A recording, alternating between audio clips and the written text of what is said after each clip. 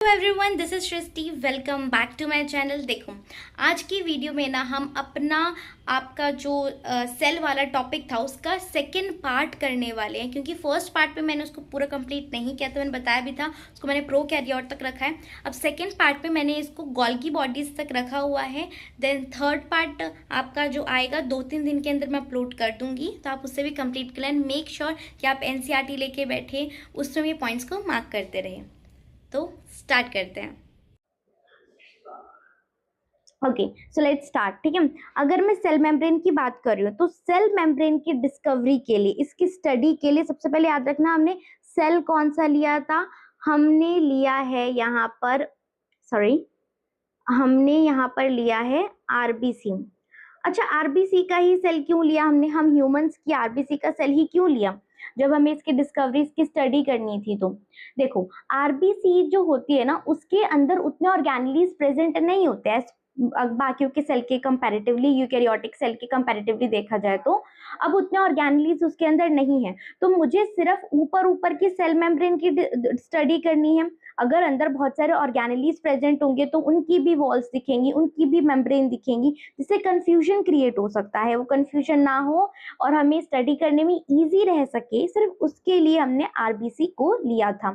ठीक है, अब आरबीसी को लिया था, इतनी बात याद रहेगी कि हमने सेल कौन सा लिया था। सेल कौन सा लिया था?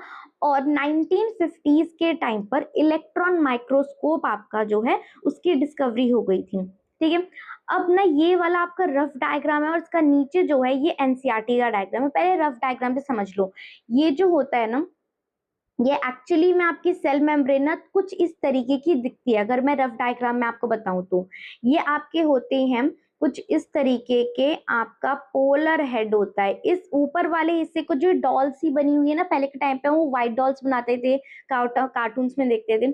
ये जो है ना ऊपर हेड सा जो बना, इसकी जो मुंडी है, इसको आप बोल सकते हो पोलर हेड। ये पोलर हेड है। ठीक है, अब क्योंकि इसके नाम में ही पोलर है, इसका मतलब है कि ये मेरे पास लविंग है। पोलर हेड हाइड्रोफिलिक है, ये हाइड्रोफिलिक है मेरे पास। ये जो आपका एक्वस एनवायरनमेंट होगा सेल के आसपास का, वो जो साइटोप्लाज्म वाला जो भी एक्वस एनवायरनमेंट होगा, उसके साथ ये कांटेक्ट रखेगा। ये बाहर की तरफ दिख रहा है ना, ये आउटसाइड की तरफ देखने को मिलेगी इसकी मुंडी, और इसके जो पैर हैं इसको हम बोल देंगे टेल। इसको हम बोल देंगे, इसको हम बोल देंगे टेल। इतनी बात क्लियर है? डन। अब अगर मैं बात करूं कि ये रहा इसका हेड, ये रहा इसका टेल, और इसका हेड बाहर की तरफ रहेगा, याद रखना, टेल अंदर की तरफ रहेगी। टेल अंदर की तरफ है, इसीलिए हम उसको क्या बोलते हैं कि हेड बाहर की तरफ है तो वह हाइड्रोफिलिक होता है। फिलिक का मतलब है कि एक्वस एनवायरनमेंट को लव कर रहा है, loving to the aqueous environment, वो आसपास के एक्वस एनवायरनमेंट के पास रहेगा। हाइड्रोफोबिक होगी टेल, तभी तो वो छुप के अंदर बैठी हुई है ना। तो मेरे पास ये हाइड्रोफोबिक होगी। फोबिक का मतलब किसी से डर लग रहा है, फोबिक का मतलब है कि मेरे पास वो एक्वस एनवायरनमेंट से दूर रहेगी। They are not loving to the aqueous environment जो आपके साइटोप्लाज्म में है। अब ये जो मेरे पास यहाँ पर है ना वर्ड लिखा है, इसको आप हटा देना। एक्चुअली ये मेरे पास यहाँ पर ये पूरी की पूरी लाइन जो है ना, ये एनसीईआरटी की है। ये पूरी की पूरी लाइन एनसीईआरटी की है कि जो आपका टेल है अंदर की तरफ, that is your hydrophobic one, वो मेरे पास नॉन पोलर होती है। और जो हेड है उसका तो नाम में ही है, वो पोलर हेड है, तो वो पोलर होती है। डन। अब जो मेरे पास याद रखना कि टेल है वो किससे मिलके बनी हुई है? वो सैचुरेटेड हाइड्रोकार्बन से मिलके बनी हुई है। सैचुरेटेड का मतलब आपको पता है ना, सैचुरेटेड मतलब सिंगल बॉन्डेड, जिसमें कार्बन एटम्स होते हैं। तो मेरे सैचुरेटेड हाइड्रोकार्बन्स का मिलके वो बना हुआ है, और मेरे पास अपना, ताकि वो ना अपने आप को कवर कर सके, कवर कर सके अपने आप को, या फिर आप कह लो कि वो अपने आप को प्रोटेक्ट कर सके एक्वस एनवायरनमेंट से, तो वो अंदर की तरफ होता है। इसमें इतनी ही इंपॉर्टेंट लाइंस थी। देन मेरे पास ये जो प्रेजेंट होते हैं प्रोटीन्स होंगे, कुछ पूरे के पूरे सबमर्ज्ड होते हैं, जैसे आपको अंदर पूरा का पूरा घुसा हुआ दिख रहा है तो ये हो जाएगा इंटीग्रल प्रोटीन। और कुछ मेरे पास बाहर बाहर देखने को मिलेंगे, कुछ सिर्फ बाहर बाहर देखने को मिलेंगे, उनको हम बोल देंगे पेरिफेरल प्रोटीन। ये बाहर बाहर देखने को मिल जाएंगे, दैट इज पेरिफेरल प्रोटीन। जो अंदर देखने को मिल रहे हैं ये पूरे सबमर्ज्ड है, तो इनको हम बोल देंगे इंटीग्रल प्रोटीन। और पूरे ही सबमर्ज्ड है। और ये देखो सबमर्ज्ड तो ये वाला भी है ना, बट क्या ये पूरा का पूरा घुसा हुआ है अंदर? नहीं, सिर्फ हाफ ही है, तो इसको पार्शियली इंटीग्रल प्रोटीन बोल देंगे। देन इतनी बात। अब देखो मैंने ये बात बता दी कि केमिकल स्टडी के लिए सेल मेम्ब्रेन की हमने आरबीसी को लिया था। देन मैंने आपको बताया कि मेरे पास सबसे पहली स्टडी कौन सी करी थी, हमने केमिकल स्टडी करी थी। That is really important. सबसे पहले हमने केमिकल स्टडी करी है, फिर हमने बायोकेमिकल स्टडी करी है। केमिकल स्टडी जब करी हमने तो उससे पता चला कि मेरी जो सेल मेम्ब्रेन होती है वो बनी हुई होती है लिपिड्स एंड प्रोटीन से। ये आपका लिपिड का ही स्ट्रक्चर था, ये जो मैंने आपको बताया है ना कुछ इस तरीके से, ये डॉल्स थी, ये एक्चुअली में लिपिड ही होता है। और आपने एक चीज देखी कि ये जो डॉल्स है, ये जो लिपिड है, वो क्या एक सिंगल लाइन में लगे? नहीं, ये दो दो लाइंस में लगे हुए हैं। मतलब लिपिड बायलेयर, एक लेयर में नहीं है, दो लेयर में है, तो हम बोल सकते हैं कि लिपिड बायलेयर। तो सेल मेम्ब्रेन, पहली बात तो यहाँ पे लिपिड्स प्रेजेंट होते हैं, प्रोटीन प्रेजेंट होते हैं। लिपिड्स जो होंगे, वो जो डॉल जैसा स्ट्रक्चर था, वो दो दो लेयर में होंगे, तो बायलेयर होंगे। कौन सा लिपिड होगा? फोस्फोलिपिड होगा। देन केमिकल स्टडी के बाद हमने बायोकेमिकल स्टडी भी करी, तो पता चला कि भाई इसमें सिर्फ लिपिड एंड प्रोटीन नहीं, इसमें कार्बोहाइड्रेट भी प्रेजेंट होते हैं। और सभी के अंदर जो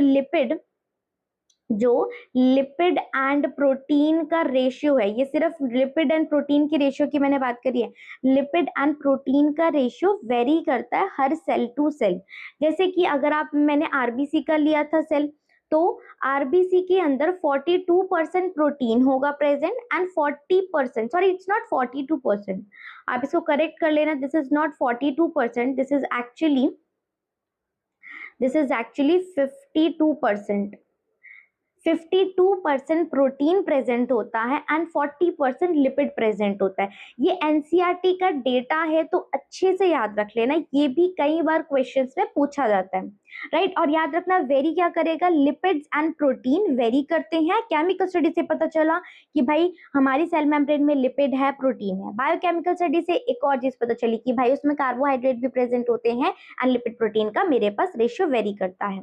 अब देखो मैंने अभी बताए थे कि प्रोटीन्स भी होते हैं आपके सेल मेम्ब्रेन में, है ना, कुछ पूरे घुसे हुए होंगे जिसको मैंने बोला इंटीग्रल प्रोटीन, और इंटीग्रल प्रोटीन में भी या तो पूरे घुसे होंगे तो मैं उनको बोलूंगी टोटली बरिड, और अगर पार्शियली घुसे होंगे तो पार्शियली इंटीग्रल प्रोटीन। बाकी कुछ हमारे ऊपर ऊपर ही प्रेजेंट होते हैं, लाइक मेरे पास ये सेल मेम्ब्रेन है तो ऊपर ऊपर ही प्रेजेंट होंगे जिन प्रोटीन्स को, उनको मैंने बोला था peripheral protein. Like this you can see here, ये रहा आपका पेरिफेरल प्रोटीन का रहा। अब अगर मैं बात करूं कि मेरे पास ये जो मैंने बताया ना प्रोटीन का, ये किस बेस पे बताया? On the base of ease of extraction. Ease of extraction की बात यहाँ पे क्यों बोली? ये एनसीईआरटी की लाइन है आपकी, ये लाइन आपकी एनसीईआरटी की है कि on the base of ease of extraction जो मेरे प्रोटीन है ना, वो दो तरीके के होते हैं, इंटीग्रल एंड पेरिफेरल। ये ईज ऑफ एक्सट्रैक्शन क्यों बोला? अब देखो अगर मेरे पास कोई लेयर है, उसमें अगर ऊपर ऊपर ही प्रोटीन होगा तो उसको इजीली निकालना इजी होगा ना, बट अगर कोई अंदर घुसा हुआ है तो उसको निकालूंगी तो उस मेम्ब्रेन पे भी तो इफेक्ट पड़ेगा, जो अंदर घुसा हुआ है उसके अंदर, उस चीज को निकालूंगी तो उस मेम्ब्रेन पे इफेक्ट पड़ेगा कि नहीं पड़ेगा? तो उसको निकालना थोड़ा मुश्किल है। तो ईज ऑफ एक्सट्रैक्शन किसको इजीली निकाल सकते हैं? ईज ऑफ एक्सट्रैक्शन के बेस पर मेम्ब्रेन के अंदर जो प्रोटीन है उसको हमने क्लासिफाई किया था दो पार्ट में। तो ऑन द बेसिस ऑफ किस बेसिस पे किया है, ये बात याद रखना ज्यादा इंपॉर्टेंट है, तो इसे भी याद रखना। अब हम बात करते हैं प्लाज्मा मेम्ब्रेन के लिए मेरे पास मॉडल दिया था किसने? 1972। याद रखना, अभी 1950s याद रखा था, तब इलेक्ट्रॉन माइक्रोस्कोप की डिस्कवरी हुई थी। अब 1972 के अंदर सिंगर एंड निकलसन भाई साहब आए थे, इन्होंने आपका एक मॉडल दिया था फ्लूइड मोज़ाइक मॉडल। अब ये जो फ्लूइड मोज़ाइक मॉडल है, इसमें फ्लूइड मेरे पास किस लिए बोला है? फ्लूइड वर्ड मेरे पास यहाँ पर रिप्रेजेंट करा आपके लिपिड्स को, जो आपकी सेल मेम्ब्रेन में लिपिड्स प्रेजेंट थे ना, उसी को इसने फ्लूइड रिप्रेजेंट किया है। और मेरे पास अगर मैं बात करती हूँ कि मेरे पास वहाँ पे जो मेम्ब्रेन थी उस पर प्रोटीन प्रेजेंट थे, प्रोटीन भी ना यहाँ से यहाँ उसकी लेटरल मूवमेंट देखने को मिलती है, लेटरल मूवमेंट देखने को मिलती है। फ्लिप फ्लॉप मूवमेंट क्या होती है कि ऐसे दो लेयर्स प्रेजेंट होती हैं, wait let me show you. देखो ये आपकी दो लेयर्स हैं, ठीक है, ऐसी लिपिड बाय लेयर थी ना, अगर इस लेयर से इस लेयर तक प्रोटीन को मूव करना है तो पहली बात तो इस लेयर से इस लेयर मूव करने, तो इसको हम बोलेंगे फ्लिप फ्लॉप मूवमेंट। ये फ्लिप फ्लॉप मूवमेंट मेरे पास ज्यादातर नहीं देखने को मिलती है। लेटरल मूवमेंट का मतलब है कि ये लेयर है, यहाँ से प्रोटीन उठ के यहाँ आ गया, तो इसको हम क्या बोल देंगे, लेटरल मूवमेंट। ज्यादातर हमें सेल मेम्ब्रेन के अंदर जो है वो लेटरल मूवमेंट देखने को मिलती है, और लेटरल मूवमेंट हो रही है, इससे क्या चीज कंफर्म होती है, fluidity of cell membrane confirm हो पाती है। डन।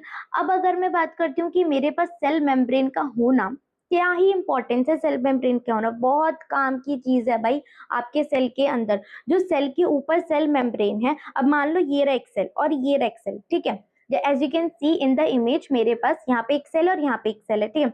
अब इस सेल के ऊपर कुछ प्रेजेंट होंगे शुगर्स ऑफ ग्लाइकोप्रोटीन्स और ग्लाइकोलिपिड्स, और इस सेल के ऊपर भी कुछ sugars of glycoprotein and glycolipid present होंगे। इस sugars of glycoprotein and glycolipid की मदद से ही एक सेल दूसरे सेल से इंटरेक्ट कर पाएगा, पहचान पाएगा, जुड़ पाएगा। मेरे पास सेल टू सेल रिकॉग्निशन में आपकी सेल मेम्ब्रेन हेल्प करती है। देन ये मेरे पास सेल ग्रोथ में हेल्प करती है। ये सेल है, उसके ऊपर सेल मेम्ब्रेन होती है। जब प्रोटोप्लाज्मिक ग्रोथ होती है तो आपका आसपास का सेल मेम्ब्रेन भी तो ऐसे ग्रो करता रहता है, राइट। इसका मतलब सेल मेम्ब्रेन जो है वो सेल ग्रोथ में भी हेल्प करती है। देन आई सेड कि मेरे पास ये सिक्रीशन में हेल्प करती है। अब डेफिनेट सी बात है, ये रहा आपका सेल मेम्ब्रेन। कोई चीज अंदर से बाहर जानी है तो उसमें हेल्प करेगी, कोई चीज बाहर से अंदर लानी है मतलब एंडोसाइटोसिस, तो एंडोसाइटोसिस एंड सिक्रीशन ये दोनों में ही आपका हेल्प करता है। डन। अब अगर मैं बात करती हूँ नेक्स्ट चीज आपके ट्रांसपोर्ट की, जो मेरे पास सेल मेम्ब्रेन है वो सेलेक्टिवली परमिएबल होती है। ये बहुत इंपॉर्टेंट लाइन है कि सेलेक्टिवली परमिएबल मेम्ब्रेन कौन सी है, selectively permeable, sorry, selectively permeable membrane मेरी सेल मेम्ब्रेन होती है। सेलेक्टिवली परमिएबल से आपको पता चल रहा है कि हर चीज अंदर बाहर नहीं करने देगी सेल के मेरे, ये अगर सेल है तो सेल के से अंदर बाहर सारी चीजों को नहीं करने देगी, बहुत सेलेक्टिव चीजें ही होंगी जिसको वो अंदर लाने के लिए एंडोसाइटोसिस के लिए अलाउ करेगी या सिक्रीशन के लिए अलाउ करेगी। देखो अब अगर मेरे पास चीजें अंदर से बाहर या बाहर से अंदर आ रही है तो that's is a kind of transport ना।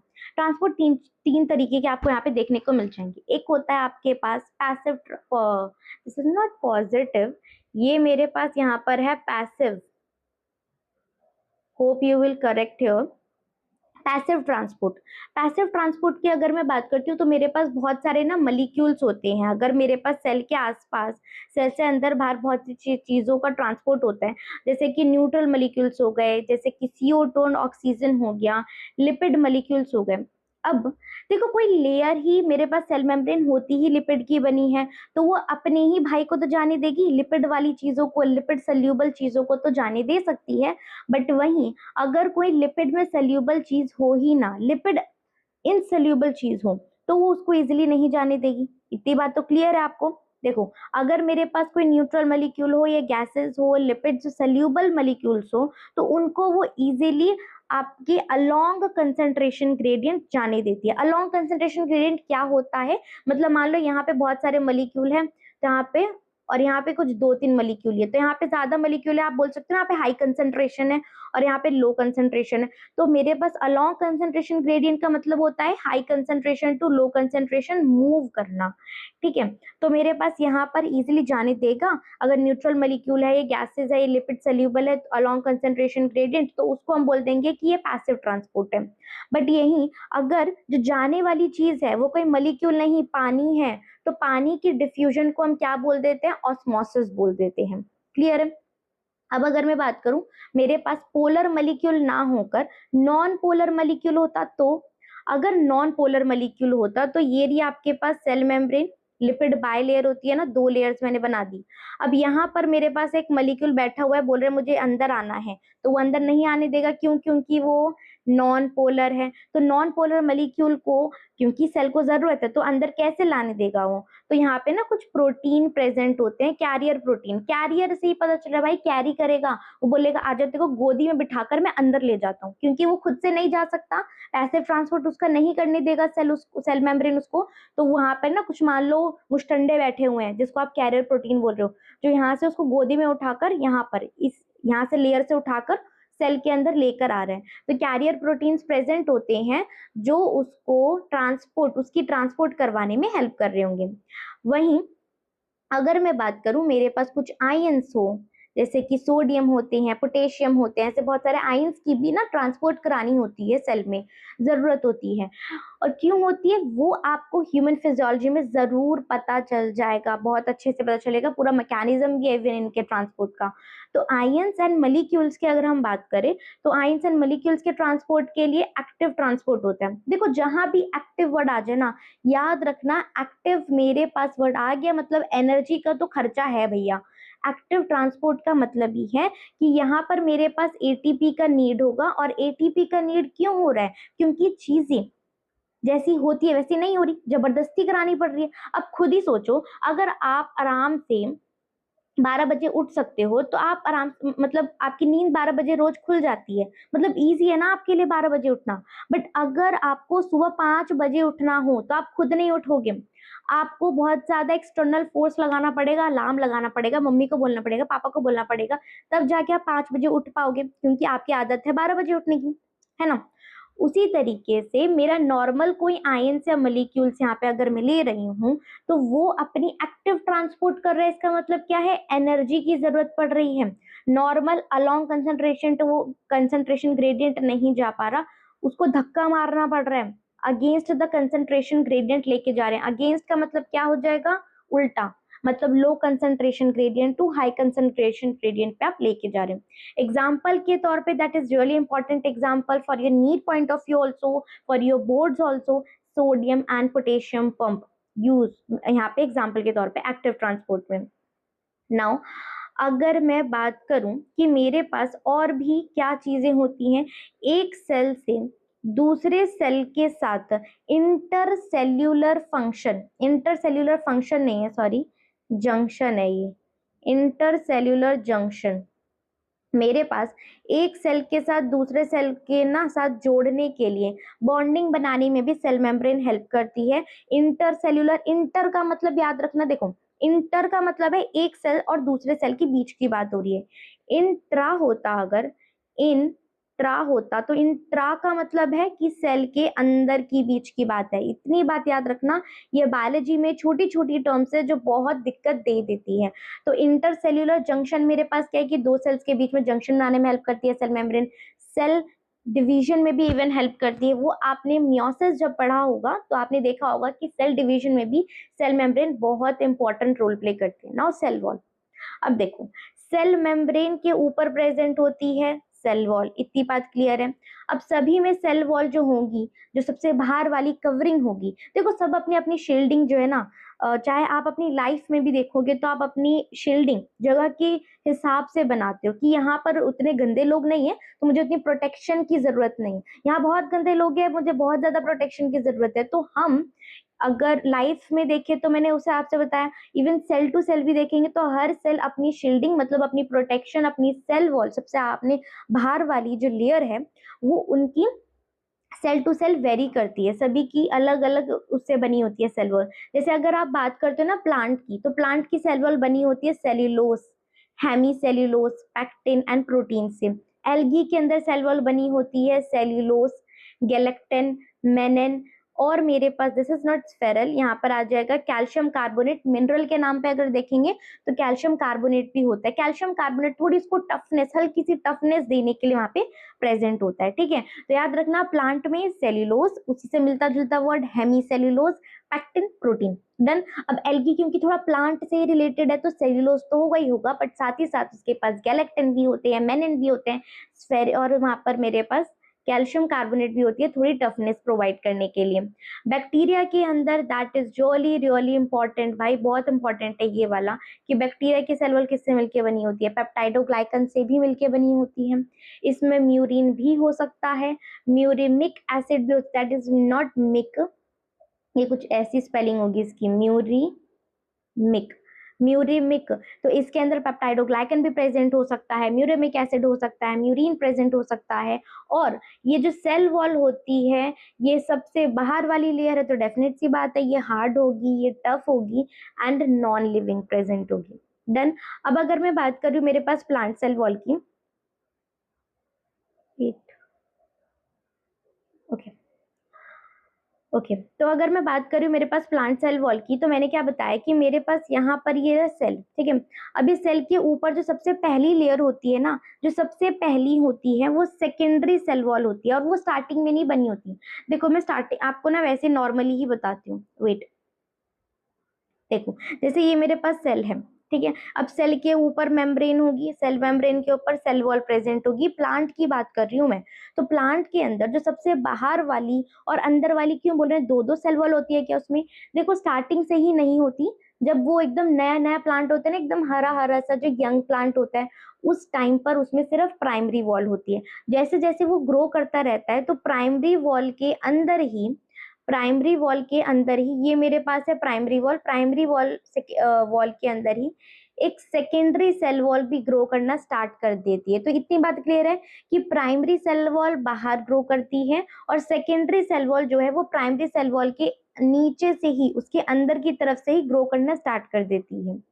अब क्योंकि ये मेरे स्टार्टिंग में प्रेजेंट होती है, तो इसका काम ही है क्योंकि डिवीजन के, ग्रोथ के, तो ज्यादातर मुझे उन सेल्स के अंदर देखने को मिलेगी, क्योंकि ये आपके वो वाले स्टेज में आते हैं प्लांट में जब उसको ग्रो करवाने, जब एकदम हरी हरी पत्तियां, हरी हरी स्टेम देखने को मिलती है आपको उस टाइम पे। तो ज्यादातर ये आपको यंग सेल के अंदर, डिवाइडिंग सेल के अंदर, या फिर कह लो मेरिस्टेमेटिक सेल के अंदर ये प्रेजेंट होती हैं। और डेफिनेट सी बात है, ये ग्रो कर सकती हैं। प्राइमरी सेल वॉल की अगर मैं बात करूं, तो इनकी ग्रोथ होगी, बिल्कुल होगी। ये मेरे पास पतली होती हैं, कॉन्टिन्यूअस होती हैं, बाहर की तरफ होंगी, एंड ये मेरे पास बिल्कुल ग्रो कर सकती हैं। वही सेकेंडरी सेल वॉल की बात करें, तो ये मेरे पास प्राइमरी सेल वॉल के नीचे प्रेजेंट होती हैं, एंड मेरे पास ये थिक भी होती हैं, क्योंकि सेकेंडरी का मतलब ही कहीं भी आप देखोगे ना बायोलॉजी में, तो कहीं ना कहीं मोर ओवर यही होता है कि डेड सेल से मिलके बना हुआ है। तो मेरे पास ये ग्रो नहीं करते हैं बिल्कुल भी, इनर होता है, थिक होते हैं, डिसकॉन्टिन्यूअस होते हैं। तो ज्यादातर ये कब आएगा? जब मेरे पास वो सेल या फिर वो एरिया मेच्योर होने लग जाए, तो ये ओल्ड या फिर मेच्योर सेल्स के अंदर देखने को मिलता है। इतनी बात क्लियर है? ये इसी को ना एक्सप्लेन करता हुआ आपका है, आप चाहे तो इसको पढ़ सकते हैं, बाकी इतना भी मोर देन इनफ है, बिल्कुल है। अब अगर मैं बात करूं, मेरे पास ये देखो यहाँ पे एक सेल होता है और एक कीरा सेल। अब इन दोनों सेल्स के बीच की साइटोप्लाज्म, थोड़े दूर दूर बन गए हैं, ये रहा मेरे पास एक सेल और ये रहा मेरे पास एक सेल, ठीक है। अब मेरे पास जैसे कि एक घर और दूसरा घर, आपके पड़ोसी वाले घर के बीच में जो सीमेंट है ना, वो सीमेंट का काम यहीं पे क्या होता है, उस सीमेंट को यहाँ पर हम बोल रहे हैं मिडल लैमेला। मतलब एक सेल और दूसरे सेल के बीच की जो लेयर है, जिसकी मदद से उनको वो जोड़ पा रहा है, glue together, to neighbouring cells को ग्लू टुगेदर करने का जो काम है वो मिडल लैमेला करता है। कैल्शियम पैक्टेट या मैग्नीशियम पैक्टेट से मिलकर बना हुआ होगा। अगर मैं प्लाज्मोडेस्माटा की बात करती हूँ, तो उसका काम होता है दो सेल्स के साइटोप्लाज्म को जोड़ना। साइटोप्लाज्म को जोड़ने का काम है, साइटोप्लाज्मिक कनेक्शन प्लाज्मोडेस्माटा करेगा, ठीक है। अब ये पता है एक कंफ्यूजन जरूर होगी आगे चल के, तो यहीं पे क्लियर कर लो कि ये देखो सबसे बाहर होती है प्राइमरी सेल वॉल, फिर होती है सेकेंडरी सेल वॉल, फिर होती है सेल मेम्ब्रेन। और क्योंकि एक सेल मेम्ब्रेन को दूसरे सेल मेम्ब्रेन से जोड़ना होता है, मतलब दो सेल्स की सेल मेम्ब्रेन को, मेरे दो सेल्स को ग्लू टुगेदर करने के लिए अभी मैंने क्या बताया, मिडल लैमेला प्रेजेंट होगा। मतलब इन दोनों के बीच में क्या प्रेजेंट है? इन दोनों के बीच में आपका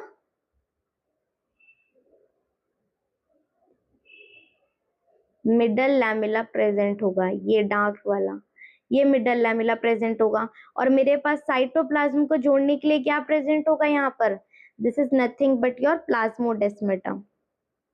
ये याद रखना, ये जरूर आपको जब आप मियोसिस पढ़ रहे होगे तो वहां पर कंफ्यूजन क्रिएट कर सकता है, इसलिए इसको यहीं से याद रखो, ठीक है, क्योंकि बेस है भाई आपका पूरे की पूरे बायोलॉजी का, तो यहीं से चीजें क्लियर होनी बहुत ज्यादा इंपॉर्टेंट है। अब अगर मैं बात करती हूँ एंडोमेम्ब्रेन सिस्टम की, तो एंडोमेम्ब्रेन सिस्टम कुछ भी नहीं है। देखो आपके जो जो भाई भाई बहन जो है मिल के काम कर रहे हैं, आपको खुशी होगी, उनके साथ ही रहोगे ना आप। और जो ऐसे कुछ होते हैं भाई बहन, जो रिलेटिव्स के आ जाते हैं, जो मिलके काम नहीं करते, तो उनके साथ आपको रह के बिल्कुल खुशी नहीं होगी। वो उसके साथ आपको कोई सिस्टम बिल्कुल, मतलब अच्छा वाइब नहीं आएगी, यू कैन से। तो वही है, यहाँ पे भी भाई बहन वाले सिस्टम है। यहाँ पे कौन चार भाई बहन है? पहला ER, Golgi bodies, and your lysosome and vacuole. क्या क्या बोला? ER, Golgi bodies, lysosome, vacuole, ये चारों के चारों मिलके काम करते हैं, साथ में करते हैं। और मेरे पास मिलके काम करते हैं तो हम बोल देते हैं कि एंडोमेम्ब्रेन सिस्टम फॉर्म करते हैं। अब यहाँ पे एंडोमेम्ब्रेन सिस्टम का मतलब क्या है? देखो, एंडोमेम्ब्रेन, मेम्ब्रेन का मतलब यहाँ पे कौन सी मेम्ब्रेन है? मेरे पास उस सेल के अंदर की बात हो रही है। एंडो का मतलब अंदर, तो सेल के अंदर साइटोप्लाज्म में कुछ ऐसे ऑर्गेनेलीज होते हैं। ऐसा नहीं है कि इनका इंडिपेंडेंट एग्जिस्टेंस होगा नहीं, ये सारे मिल के काम करते हैं। यहाँ पे मैं बोल रही हूँ सारे मिल के काम करते हैं। ये कुछ बनाएगा, ये इसको देगा, फिर ये कुछ बनाकर इसको देगा, मतलब सारे के सारे मिल के काम कर रहे हैं, एक दूसरे के साथ लिंक्ड है प्रॉपरली। तो मेरे पास ये मिलके क्या बनाएंगे? एक सिस्टम बनाएंगे जिसको हमने बोला एंडोमेम्ब्रेन सिस्टम। और एंडोमेम्ब्रेन क्यों बोला? क्योंकि साइटोप्लाज्म के अंदर ये सारे के सारे ऑर्गेनेलीज है। वहीं अगर मैं बात करती हूँ माइटोकॉन्ड्रिया या फिर आपका क्लोरोप्लास्ट, पेरोक्सिसोम, इनको एंडोमेम्ब्रेन सिस्टम क्यों नहीं बोलते? सिंपल सी बात है, ये मिलके काम नहीं करते हैं, इसलिए इसको एंडोमेम्ब्रेन सिस्टम भी नहीं बोलते। ठीक है। अब एंडोप्लाज्मिक रेटिकुलम, एंडोप्लाज्मिक रेटिकुलम की अगर मैं बात करूं तो रेटिकुलम का मतलब क्या होता है? रेटिकुलम का मतलब होता है नेटवर्क। आपको कुछ नेटवर्क सेल के अंदर देखने को मिलेंगे। पहले आप ना स्ट्रक्चर देखो तो आपको क्लियर होगा।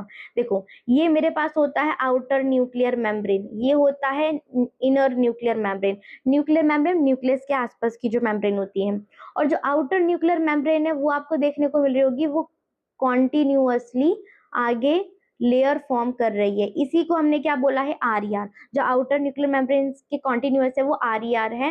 जिन आउटर न्यूक्लियर मेम्ब्रेन की कॉन्टिन्यूअस ही मुझे क्या प्रेजेंट होंगी? एक लेयर प्रेजेंट देखनी होगी ना, ये देखो एक लेयर बन रही है, और इनके ऊपर ये जो आपको मोटे मोटे से दाने दाने से दिख रहे हैं ना, दैट इज योर राइबोसोम्स। ये आपके क्या प्रेजेंट होते हैं? ये राइबोसोम्स हैं। जिनके ऊपर राइबोसोम्स प्रेजेंट होंगे तो वो आरईआर बना लेंगे। जहां पे राइबोसोम नहीं प्रेजेंट होगा तो वो मेरे पास कुछ इस तरीके के स्ट्रक्चर देखने को मिलेंगे। कुछ वेसिकल्स की फॉर्म में होते हैं, ये ट्यूब्यूलर फॉर्म में होते हैं, तो उनको हम एसईआर बोल देंगे। ये स्मूथ है। देखो, कोई भी लेयर है उसके ऊपर दो दाने दाने लगाओगे, थोड़ा रफनेस आ जाएगा, और एकदम कुछ भी नहीं है, एकदम प्लेन है, तो वो स्मूथ ही है। ऐसे ध्यान में रख सकते हो कि एकदम प्लेन है, स्मूथ है, राइबोसोम नहीं है, तो मेरे पास एसईआर। आर उसका नाम में ही आर आ रहा है, आर मतलब राइबोसोम उस पर प्रेजेंट होंगे। अब ये सारा का सारा मामला हो कहाँ रहा है? सेल के साइटोप्लाज्म के अंदर है ये सारा के सारा मामला, ये जो एंडोप्लाज्मिक रेटिकुलम है। अब एंडोप्लाज्मिक रेटिकुलम, एंडोप्लाज्मिक, प्लाज्मिक का मतलब होता है साइटोप्लाज्म, तो साइटोप्लाज्म के अंदर एक नेटवर्क सा देखने को मिल रहा है आपको मेम्ब्रेन का, जैसे मैंने अभी आपको दिखाया था, दैट इज एंडोप्लाज्मिक रेटिकुलम। अब एंडोप्लाज्मिक रेटिकुलम में भी आपको ना कुछ देखने को मिलते हैं, दैट इज सिस्टर्ने, और एक होते हैं मेरे पास सॉरी, मैं अगर मैं बात करूँ एंडोप्लाज्मिक रेटिकुलम में भी आपको एक होता है मेरे पास आरईआर और एक होता है एसईआर। आरईआर मेरे पास वो होंगे जिनके पास राइबोसोम प्रेजेंट होगा, और एंडोप्लाज्मिक रेटिकुलम में याद रखना एटीएस राइबोसोम प्रेजेंट होता है। कौन सा? एटीएस राइबोसोम प्रेजेंट होता है ना। ये एस क्या है? ये राइबोसोम वाला जब मैं टॉपिक बताऊंगी ना तो उसमें क्लियर हो जाएगा। अभी इतना याद रखो कि ईआर में एटीएस राइबोसोम प्रेजेंट होता है, और यहाँ पर ये जो आपको दिख रहे हैं ना, ये जो आपको दिख रहे हैं ये कुछ इस तरीके से, ये आपके, हम इसको क्या बोल देते हैं? नॉट दिस वन, ये आपके जो दिख रहे हैं आपको ऐसे ऐसे करके, ये सिस्टर्ने फॉर्म कर रहा होगा, सिस्टर्ने फॉर्म कर रहा होगा। ये अभी आपको गोल्गी बॉडीज में बताऊंगी, जहाँ पे लिखा है ना मैं उसको बता रही थी। आपको इतना याद रखना है ना कि ईआर मेरे पास, ईआर में आरईआर और एसईआर, इतनी बात क्लियर है। अब आरईआर में क्योंकि राइबोसोम्स प्रेजेंट है, तो राइबोसोम्स का काम ही होता है प्रोटीन बनाना, तो ये प्रोटीन बनाएगा भी, और सिर्फ बना के अपने पास रख नहीं लेगा, सिक्रीट भी करेगा। फिर एसईआर की बात करेंगे तो ये मेरे पास राइबोसोम्स नहीं है तो प्रोटीन नहीं बनाएगा, ये मेरे पास बनाता है लिपिड। एसईआर जो स्मूथ वाला होता है ना, ये लिपिड्स बनाएगा या फिर स्टेरॉयडल हार्मोन्स बनाता है, और अपने पास नहीं रखेगा, लिपिड्स बनाकर उसको सिक्रीट भी करेगा। और अगर मैं बात करूं, अभी आपने पीछे देखा था कि मेरे पास ये जो आरईआर होगा या फिर मेरे पास एसईआर में, यहाँ पे मैंने आपको बताया था आरईआर, ये आउटर न्यूक्लियर मेम्ब्रेन के जो कॉन्टिन्यूअस मेम्ब्रेन दिख रही है, दैट इज योर आरईआर, वहां पे राइबोसोम प्रेजेंट होते हैं।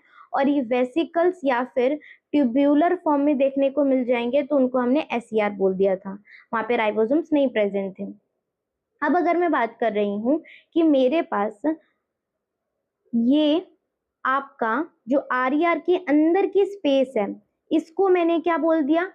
ल्यूमन, ल्यूमन का मतलब एक्चुअली पता क्या होता है? ल्यूमन का मतलब होता है स्पेस। कोई भी मेरे पास दो मेम्ब्रेन के बीच में कोई भी जगह होती है, दैट इज योर ल्यूमन।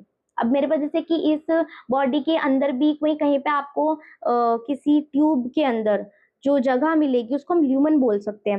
वैसे यहाँ पर मेरे पास दो मेम्ब्रेन के बीच में जो जगह है ना, इसको मैं क्या बोल दूंगी? ल्यूमन। तो मैं इसको क्या बोल दूंगी? Luminal space. और बाहर वाले को क्या बोल दूंगी? ये पूरे के पूरे को एक्स्ट्रा ल्यूमिनल स्पेस बोल दूंगी, जिसमें क्या प्रेजेंट है? साइटोप्लाज्म प्रेजेंट है।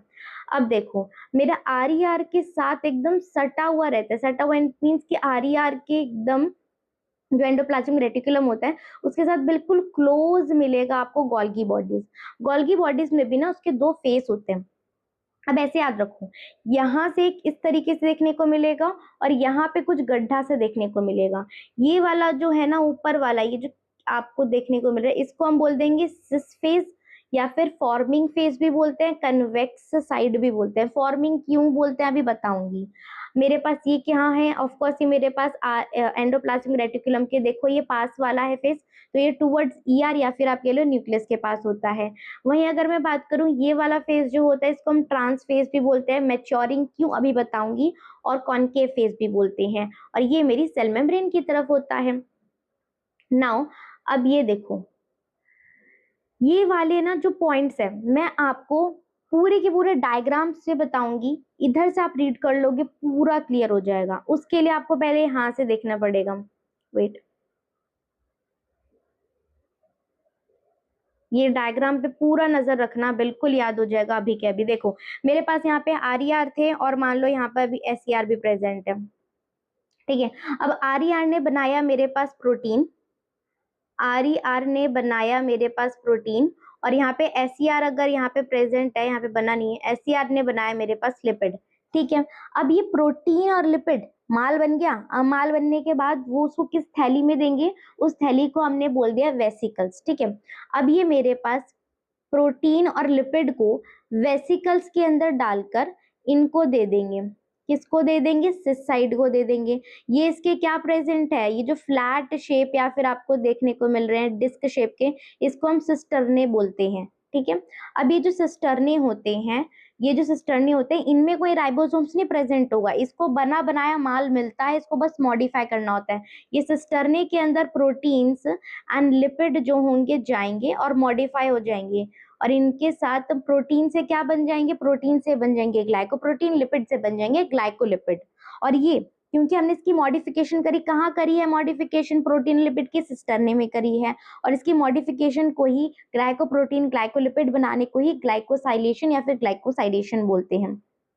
ठीक है, अब यहाँ से चीजें क्योंकि बनना स्टार्ट हुई थी, राइट, प्रोटीन और लिपिड का हमने मॉडिफिकेशन कर रहे थे, इसलिए हम इसको फॉर्मिंग फेज बोलते हैं। यहाँ से फाइनली मैच्योर हो गई, वो ग्लाइकोप्रोटीन ग्लाइकोलिपिड बन गई, जिसको हम मैच्योरिंग फेज भी बोलते हैं। अब क्लियर हुई ये बात? अब देखो, अब ये लाइन पढ़ो, अब आपको पता चलेगा।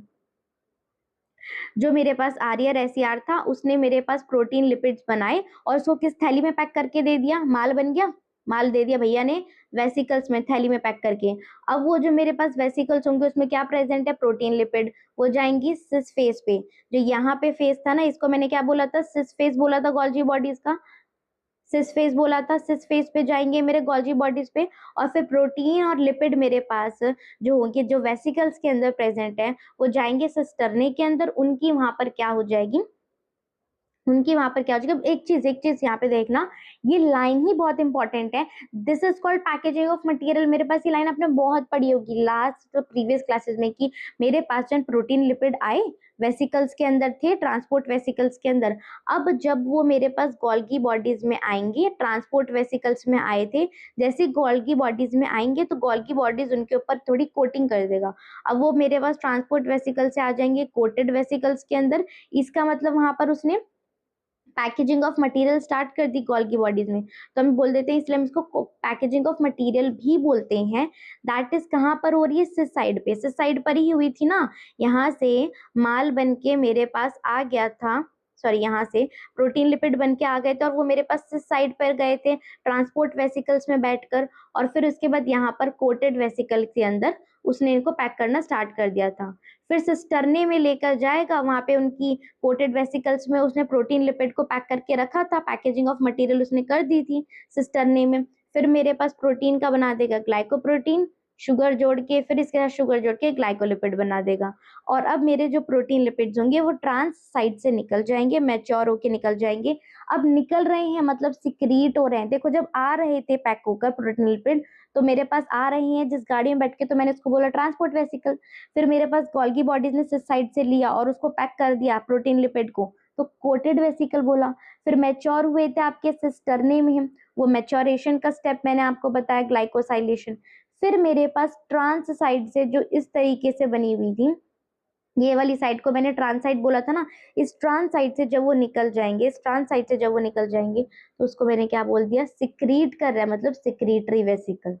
इतनी बात क्लियर है। अब गोल्गी बॉडीज देखो, गोल्गी बॉडीज मैंने अभी आपको बताया था, ये वाले जो पोर्शंस होते हैं इनको मैंने क्या बोला था, ये जो इस तरीके के फ्लैट शेप लाइक आपको देखने को मिल रहा है, उसको मैंने सिस्टर ने बताया था। इसको डिस्कवर किसने करा था? देखो गोल्गी बॉडीज जो होते हैं ना, ये फ्लैट डिस्क लाइक या फिर सैक लाइक स्ट्रक्चर होता है। भाई सैक लाइक ही है ना, ये देखो सैक लाइक। वैसे तो पता नहीं कि मुझे हॉट डॉग जैसा थोड़ा सा लगता है, हॉट डॉग या फिर कुछ राजमा टाइप दिखता है ये मेरे पास कैसे होता है, सैक लाइक स्ट्रक्चर होता है। और क्योंकि एक के ऊपर एक इस तरीके से प्रेजेंट थे ना, इस तरीके से प्रेजेंट थे ना, मतलब ये कंसेंट्रिकली प्रेजेंट होते हैं, न्यूक्लियस के पास प्रेजेंट होते हैं। तो मेरे पास पहली बात तो गोल्गी बॉडीज जो हैं उनको किसने 1898 के अंदर कैमिलो गोल्गी ने ना न्यूक्लियस के पास एक densely stained structure, densely stained structure, densely का मतलब होता है बहुत गाढ़ा, स्टेन्ड का मतलब है कि उसके ऊपर जब स्टेनिंग करी होगी ना चीजें देखने के लिए तो बहुत ज्यादा कलर उसके ऊपर देखने को मिला होगा। तो मेरे पास न्यूक्लियस के पास उसने बोला कि भाई न्यूक्लियस के पास ना बहुत ही एक गाढ़ा सा डेंसली स्टेन्ड स्ट्रक्चर मुझे दिख रहा है, तो उसने मेरे पास कैमिलो गोल्गी ने क्योंकि करा तो उसके नाम पे गोल्गी बॉडीज नाम रख दिया। अब वो जो सिस्टरने ऐसे करके जो प्रेजेंट थे ना, ये कितने होंगे, ये वेरी करता है हर एक के अंदर। ये आपका डायग्राम हो जाएगा यहाँ पे। अब मेरे पास देखो, भले ही सिस फेज, ये मेरे पास सिस फेज होता है और ये वाला मेरे पास ट्रांस फेज होता है, राइट।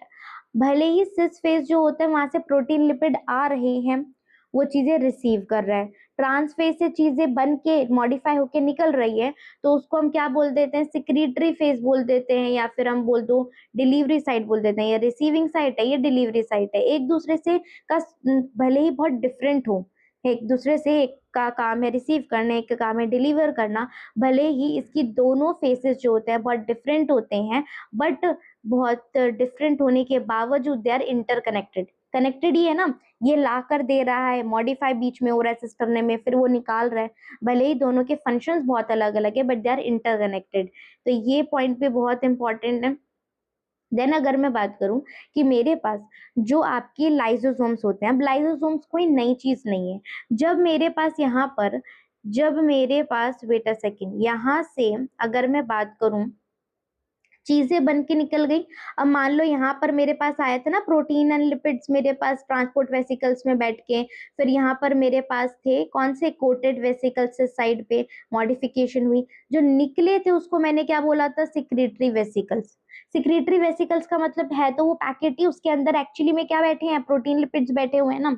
सिक्रीटरी वेसिकल्स मतलब जब मेरे ट्रांसफेज से आपके प्रोटीन लिपिड्स मॉडिफाई होके निकल गए थे, ग्लाइकोप्रोटीन ग्लाइकोलिपिड बनकर सिक्रीटरी वेसल्स के अंदर, तो उनमें से जो मेरे पास निकले ना, उनमें से कुछ को हमने क्या बोल दिया, लाइसोसोम बोल दिया। सिक्रीटरी वेसिकल्स ही एक तरीके से लाइसोसोम्स, अगर आप देखेंगे तो उनको हमने क्या बोल दिया, लाइसोसोम्स। तो हम बोलते हैं इसीलिए कि गोल्गी बॉडीज ने ही मेरे पास लाइसोसोम्स को बनाया है। Done with this part.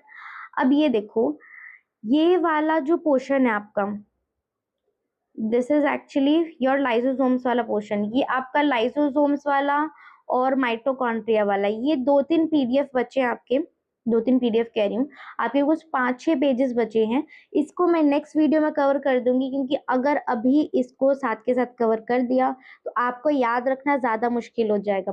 तो पहले यहाँ तक का टॉपिक आप ना एनसीईआरटी से कवर करके रखना, ठीक है? प्रॉपर्ली उसको याद रखना। इस जब आप पढ़ रहे हो, जब भी मेरे साथ पढ़ रहे हो, आप साथ में एनसीईआरटी लेके बैठो, ताकि डायग्राम्स को भी देखते जाओ, तो चीज़ें ज़्यादा रिमेंबर होगी। हो जाता है कभी-कभी पीडीएफ में कुछ पॉइंट्स गलत हो गए, तो आप एनसीईआरटी में उसको देख सकते हो। यहाँ पे कुछ ईज़ी लग रहा है, तो आप एनसीईआरटी में नोट कर लोगे, ठीक है? ऐसे करके आप पढ़ोगे, डेफ़िनेटली याद रहेगा, ईज़ी भी रहेगा याद रखने में किसी भी चीज़ को। बाकी जो पेजेज़ बचे हैं, उसको मैं नेक्स्ट वीडियो में एक सेपरेट वीडियो में करके आपको अपलोड कर दूँगी। तब तक के लिए अच्छे से पढ़ना। बाय-बाय।